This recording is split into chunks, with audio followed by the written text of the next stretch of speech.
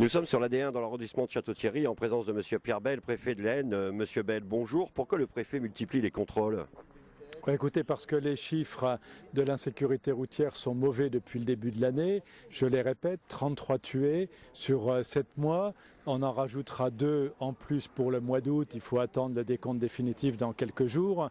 Mais on peut dire déjà 35 morts sur 8 mois dans le département de l'Aisne. C'est beaucoup trop et c'est plus que l'année dernière.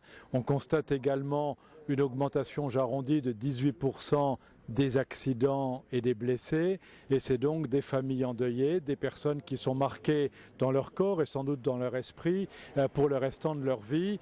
Et il faut multiplier les contrôles, il faut faire de l'information, de la pédagogie, mais comme je dis, il faut malheureusement faire aussi de la répression. Nous sommes là depuis une demi-heure, il y a déjà eu 4 excès de vitesse supérieurs à 120 km/h sur une route limitée à 90. C'est donc dire qu'il y a des personnes qui sont dangereuses. Monsieur le préfet, excès de vitesse, alcool, téléphone, ceinture, au grand mot, les grands remèdes alors? Écoutez, c'est nécessaire, je crois, de frapper les esprits.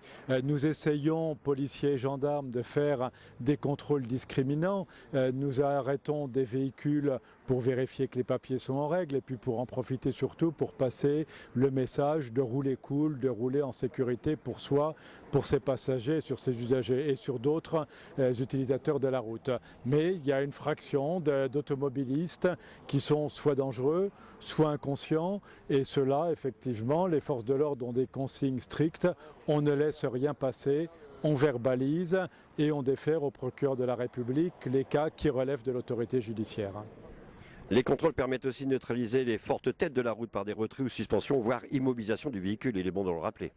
Vous savez que la LOPSI 2, la loi de sécurité intérieure qui a été promulguée à la fin du printemps, permet au préfet d'immobiliser et de mettre en fourrière un véhicule pour une durée de 7 jours. Ensuite, c'est le procureur de la République qui décide ou non de prolonger l'immobilisation. C'est une mesure qui est dissuasive parce que trop souvent, les conducteurs ont le sentiment qu'on leur retire le permis, mais que le passager d'à côté prend le volant, en tout cas qu'on garde le véhicule.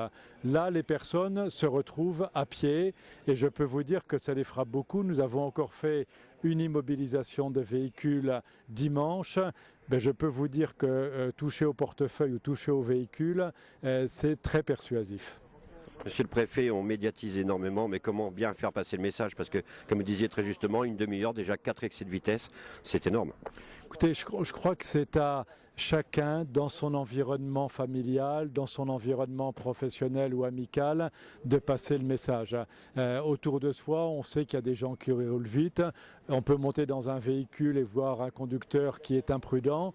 Il ne faut pas hésiter à le dire. C'est pas celui qui rappelle le code de la route qui est honteux, c'est celui qui commet l'excès de vitesse. Donc il n'y a aucune fausse pudeur à avoir pour donner un conseil, pour mettre en garde quelqu'un. C'est d'abord dans l'intérêt de la personne, mais c'est aussi dans l'intérêt de tous. En tout cas, je crois que c'est beaucoup les comportements individuels qui doivent évoluer. On ne mettra jamais un policier ou un gendarme derrière chaque automobiliste. C'est donc à chacun d'être conscient de ses actes. Enfin, monsieur le préfet, rappelons qu'il n'y a pas que la répression, il y a aussi de la prévention. Et je pense à la semaine de la sécurité routière à compter du 16 septembre. Écoutez, oui, parce que le but, encore une fois, c'est pas de retirer des points, c'est pas de retirer des permis, c'est pas, contrairement à ce qu'on dit, faire entrer de l'argent dans les caisses de l'État. Cet après-midi, par exemple, nous n'interpellons que les automobilistes qui sont en dépassement de 20 à 30 km/h. Prendre des gens qui sont 5 km/h au-dessus de la vitesse limite, ça ne nous intéresse pas. On peut tous avoir le pied un peu lourd, on n'est pas un danger public parce qu'on est à 95 au lieu de 90. Nous interpellons les gens qui sont réellement dangereux.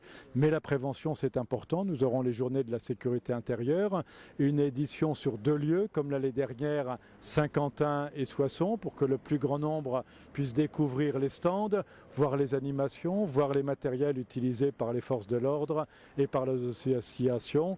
J'invite le plus grand nombre d'actionnaires à venir à ces 2 journées.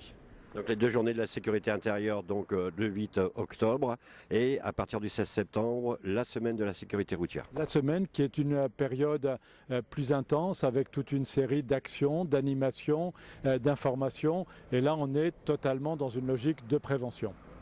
Monsieur le préfet, merci, et en espérant ne pas vous revoir trop en répressif sur les routes.